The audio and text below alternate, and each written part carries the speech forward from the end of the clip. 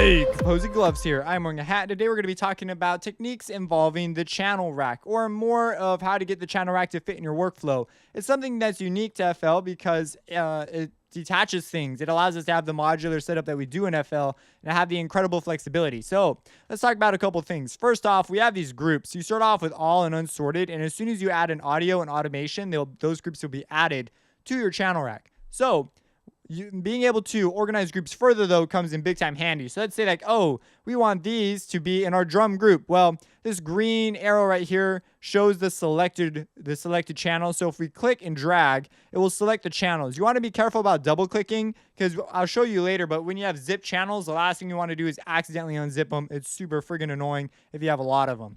So what we're going to do here is we're going to add these to a new group so that we can go to that group, say we only want to see these channels. Let's say eventually we'll have like 100 something channels, like crazy ones, audio, automation, normal, like synthesizer channels, all that stuff. And I'm assuming that you know like the basics about this thing already. So what we're going to do is we're going to come over here to groups, and they have groups selected. It's in here somewhere. Oh, here it is. Group selected, or you can hit Alt-G, which is what I like to do.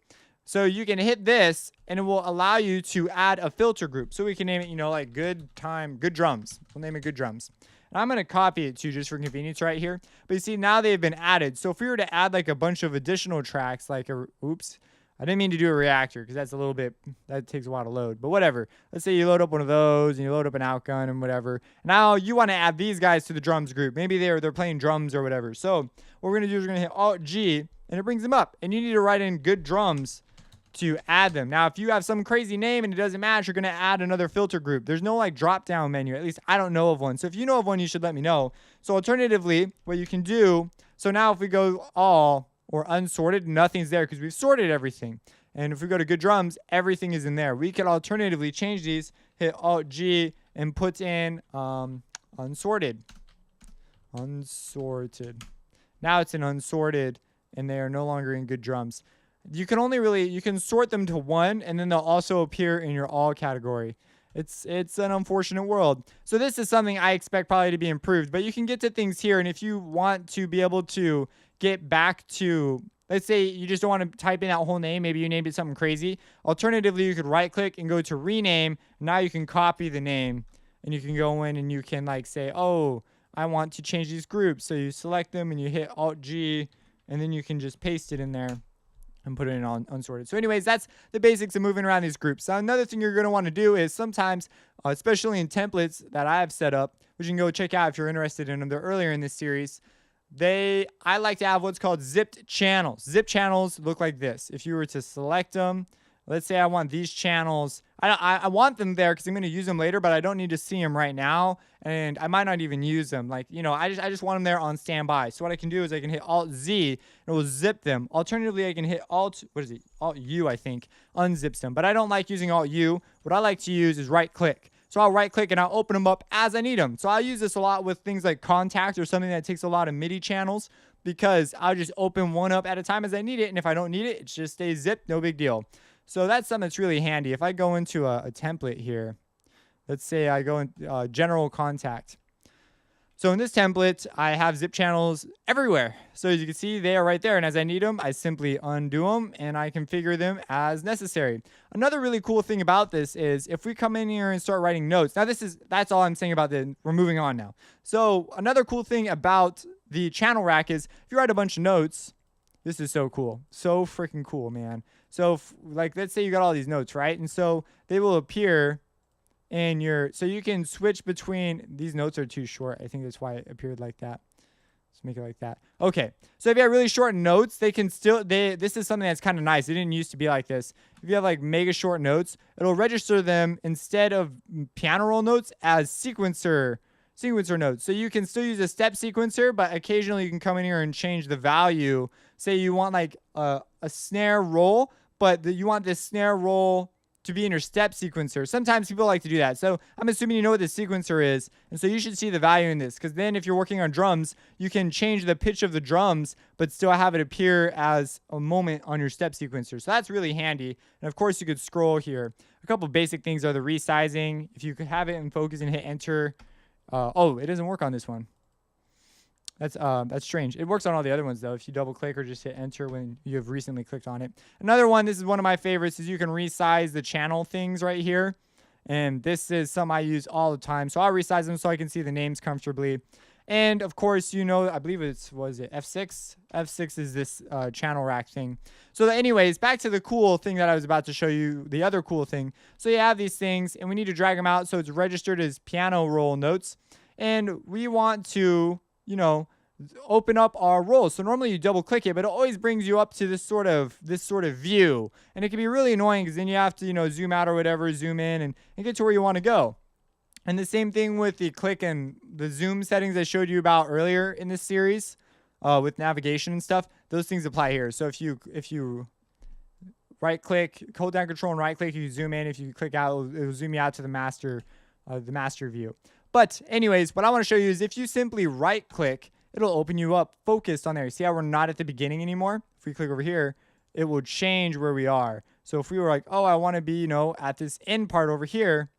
Oh, look at that. It opened us right at the end. But if we click over here and you have to right click again, so we right click and bang. Versus if we were to come over here and left click, it'll open us up to this view every single time. So that's something I'm used to just dealing with and working. So sometimes I'm moving so fast that I don't think to optimize our workflow. I need to get in the habit of it. But it's super, super handy dandy. Like if I was like, what? With like I was stoked about it. Maybe you're not so stoked. Maybe this isn't a big deal to you. But to me, it was a big deal. Another thing we have here is we have this. We can change things to their optimized view. So we can have everything appear as we can show the MIDI essentially. And then the other version is you can have the steps. So that's something else that you can do. Another thing that you can do with these views. Actually, let's just come in here. So you should be familiar with these. You have like the fill each two, so you can put commands on each for each two. So this is kind of handy dandy. You have these add features down here. You should be familiar with this. There's one other thing. There was something else I wanted to tell you about this, but I can't totally remember. You can hear what's going on in your channel, in your pattern by doing this. But you can alternatively just hit L to bring it up. If you don't have your keyboard focus with your typing keyboard on, which would be Control T, that turns that on and off the typing keyboard. If that's not on, you can use L to switch back and forth. On my laptop, I almost always have it's very confusing sometimes because I'm like, oh, I have this thing engaged. I don't want to do this every time. Over here, I've got a MIDI keyboard, so I can play, and I use L all the time to switch between the two modes. It's just more convenient than hitting this or coming up all the way to here to hit this. Now, something that you should note is it automatically switches you to this play mode. So normally, you're in like master mode and you're playing over here, but then you can hit this and it'll switch you over. But now you're stuck in that mode. So if you want to hear it again, you got to click in your area again. Or you can just hit L, like I like to do. I do both. It just varies. Oh, one cool. Okay, I remember a couple other things that I was going to tell you. Okay, so we come in here. There's a couple other menus in here. So I have your zip, but one of the cool things about this is you have a really cool ability to color things. So let's say that you want to, and it's only available in here. You can get it into your, now that's another thing. We'll talk about what that just happened there. I mentioned it earlier. Let's say you want to color these things. Well, you can do graded color in this. That's really cool. So if we go to, there's a color selected gradient. We click that, we pick a starting color. So let's say we want it to be like bright orange, and then we want to go down to like this sort of tangerine like orange, and you see, or this like brownish color, and you see that we have this. So let me make it like a bigger selection. Yeah, let's just gradient color them all. So we'll go to there, we'll go to color selected gradient. We'll start out orange, and then we'll end at like gray. And you see here as we go down, ooh, it looks like it's dying, and this side's like life. So that's really cool. Now, you may want to do this for like various things like strings or whatever. So we'll like select. Now, let's talk about the selection thing real quick. Actually, let me show you this. Let me show you this since we're on this topic already.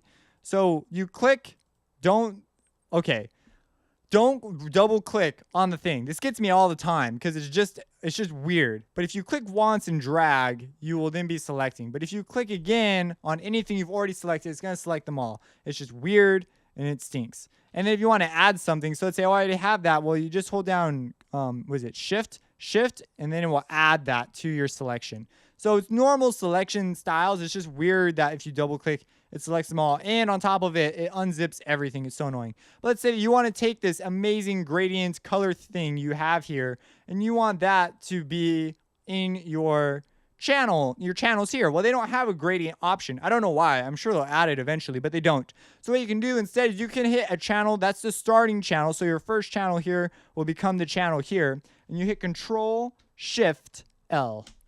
And then it will bring those over. Now, it's only bringing the contacts over, and we get the graded color. The reason it's only bringing the contacts over is because these are MIDI plugins. So they don't do anything with audio. They only send MIDI signals. So you're only going to get the contact colors over here. So you can't gradient color like that. But if I had like a bunch of sampler channels, I could do that and hit Control Shift L and send them all. So if that makes...